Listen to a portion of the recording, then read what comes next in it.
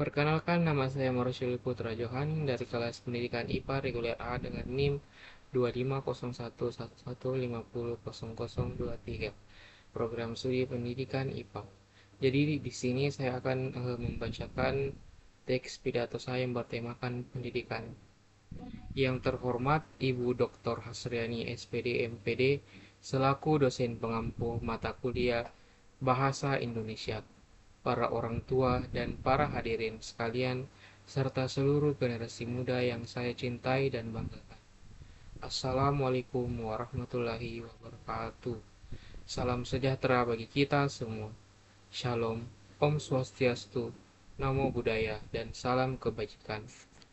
Pertama-tama, marilah kita panjatkan syukur kehadirat Tuhan Yang Maha Esa, karena kita semua diberikan kesehatan, kesempatan, dan kekuatan untuk berkumpul di tempat ini dalam keadaan penuh semangat dan harapan. Pada kesempatan ini, izinkan saya menyampaikan sebuah pidato dengan tema besar yang menjadi pondasi kemajuan bangsa pendidikan. Hadirin yang saya hormati, ketika kita berbicara tentang pendidikan, kita sedang berbicara tentang masa depan. Pendidikan tidak hanya tentang ruang kelas, buku pelajaran, atau ujian. Pendidikan adalah proses panjang yang membentuk karakter, cara berpikir, akhlak, dan identitas generasi penerus bangsa. Pendidikan adalah jantung sebuah peradaban maju atau mundurnya sebuah negara dapat diukur dari kualitas pendidikan masyarakatnya. Jika kita menengok sejarah, tidak ada satu negara maju pun yang tidak diawali dari reformasi atau transformasi pendidikan. Jepang bangkit setelah Perang Dunia Kedua karena revolusi pendidikan. Korea Selatan yang dulunya negara miskin mampu menjadi salah satu ekonomi paling kuat di dunia berkat investasi besar dalam pendidikan. Begitu pula Finlandia, negara kecil dengan sumber daya alam terbatas, kini menjadi salah satu negara dengan sistem pendidikan terbaik di dunia. Semua kemajuan itu bermula dari suatu kesadaran sederhana namun mendalam. Pendidikan adalah senjata paling kuat untuk mengubah dunia. Namun sebelum kita berbicara lebih jauh mengenai cita-cita dan harapan besar terhadap pendidikan, mari kita lihat kenyataan di lapangan. Kita masih menghadapi banyak tantangan. Tidak semua anak di berbagai daerah mendapatkan fasilitas belajar yang layak. Masih ada yang harus belajar berkilometer menuju sekolah. Masih ada guru yang mengajar dengan fasilitas terbatas. Masih ada orang tua yang berjuang keras agar anaknya bisa tetap sekolah. Dan tidak sedikit pula peserta didik yang tertekan oleh sistem pembelajaran yang terlalu fokus pada nilai, bukan pada proses. Di era modern seperti saat ini, tantangan pendidikan juga semakin kompleks. Teknologi berkembang begitu cepat, informasi mengalir tanpa batas, dan kehidupan sosial yang semakin dinamis menuntut generasi muda memiliki kemampuan adaptasi yang tinggi. Pendidikan tidak lagi cukup hanya mengajarkan cara membaca, menulis, dan berhitung. Namun, pendidikan harus mengajarkan bagaimana berpikir kritis, bagaimana berkolaborasi, bagaimana berempati, bagaimana beradaptasi, dan bagaimana memecahkan masalah nyata di dunia yang penuh ketidakpastian. Hadirin yang saya muliakan, pendidikan bukan hanya tentang mentransfer pengetahuan. Pendidikan adalah tentang membentuk manusia seutuhnya, manusia yang jujur, manusia yang mampu berpikir logis, manusia yang memiliki moral dan etika, manusia yang bisa bekerja sama, dan manusia yang memiliki visi hidup yang jelas. Inilah yang dimaksud Ki Hajar Dewantara ketika beliau mengatakan, pendidikan adalah menuntun segala kekuatan, kodrat yang ada pada anak agar mereka sebagai manusia dan sebagai anggota masyarakat dapat mencapai keselamatan dan kebahagiaan yang setinggi-tingginya. Sesungguhnya, pendidikan bukan hanya tugas sekolah, bukan hanya tugas guru, bukan hanya tugas pemerintah. Pendidikan adalah tanggung jawab bersama. Orang tua adalah guru pertama di rumah. Guru adalah orang tua kedua di sekolah. Dan masyarakat adalah lingkungan yang membentuk karakter sehari-hari. Bila ketiganya saling mendukung, maka lahirlah generasi hebat yang bukan hanya cerdas, tetapi juga berkarakter.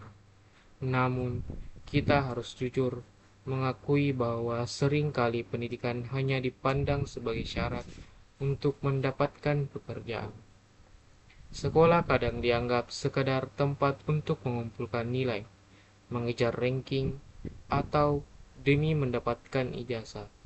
Padahal pendidikan jauh lebih dari itu. Pendidikan harus mengajarkan anak untuk berani bertanya, berani berpendapat, berani mencoba hal baru, dan berani gagal. Pendidikan harus menggerakkan, bukan membelenggu, memerdekakan, bukan mengekang. Hadirin sekalian, di zaman globalisasi ini, kita dituntut untuk menjadi bangsa yang kompetitif. Kita akan bersaing bukan hanya dengan daerah lain, tetapi juga dengan negara lain. Anak-anak kita akan hidup di masa ketika pekerjaan lama menghilang dan pekerjaan baru bermunculan. Karena itu, pendidikan harus mempersiapkan mereka bukan untuk dunia masa lalu, tetapi untuk dunia masa depan. Kita perlu menyiapkan generasi yang melek teknologi, generasi yang kreatif, generasi yang mampu melihat peluang, generasi yang tidak hanya menjadi konsumen teknologi, tetapi pencipta teknologi. Namun di tengah derasnya arus digitalisasi, kita juga tidak boleh lupa bahwa nurani tidak boleh hilang. Ilmu harus berjalan berdampingan dengan akhlak. Kecerdasan harus berjalan seiring dengan budi pekerti. Keterampilan harus berjalan bersama empati dan kepedulian. Tidak ada artinya seseorang cerdas jika kecerdasannya digunakan untuk merugikan orang lain. Tidak ada artinya seseorang berpendidikan tinggi jika ia tidak memiliki karakter yang kuat. Inilah sebabnya pendidikan karakter menjadi sangat penting.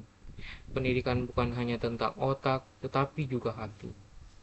Hadirin yang berbahagia, untuk mewujudkan pendidikan yang baik, kita harus menghargai sosok guru. Guru adalah pelita dalam kegelapan. Guru adalah jembatan masa depan. Guru bukan hanya pengajar, tetapi pembimbing dan penggerak semangat. Tanpa guru yang hebat, tidak akan ada dokter, insinyur, ilmuwan, pemimpin, atau bahkan presiden.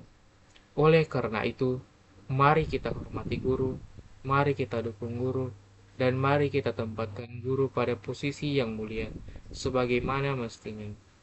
Selain guru, kita juga perlu memperhatikan metode pembelajaran.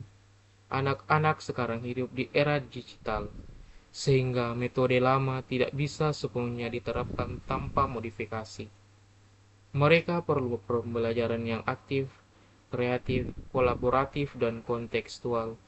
Pembelajaran yang tidak hanya meminta anak menghafal, tetapi memahami, tidak hanya mengikuti, tetapi mampu mencipta.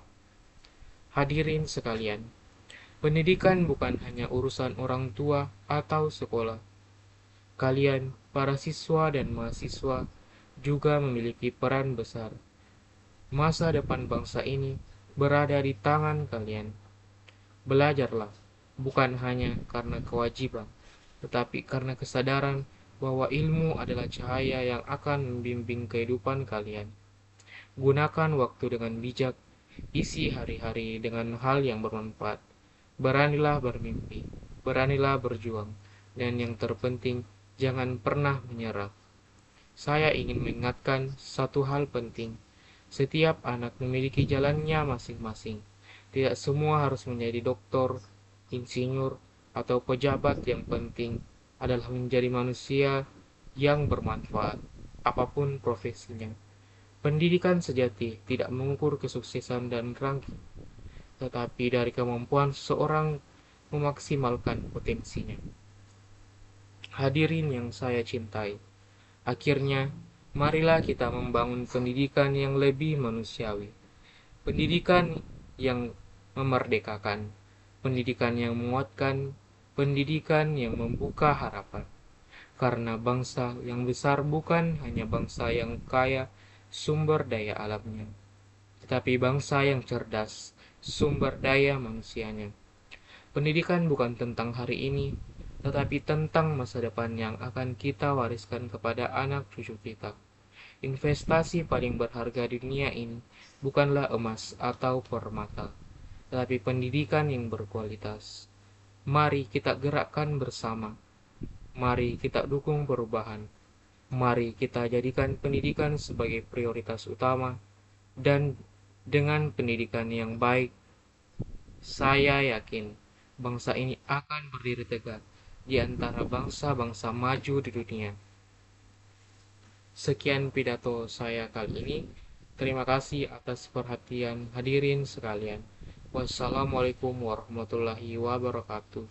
Salam sejahtera untuk kita semua. Shalom, Om Santi Santi Om, Namo Buddhaya, dan salam kebajikan bagi kita semua.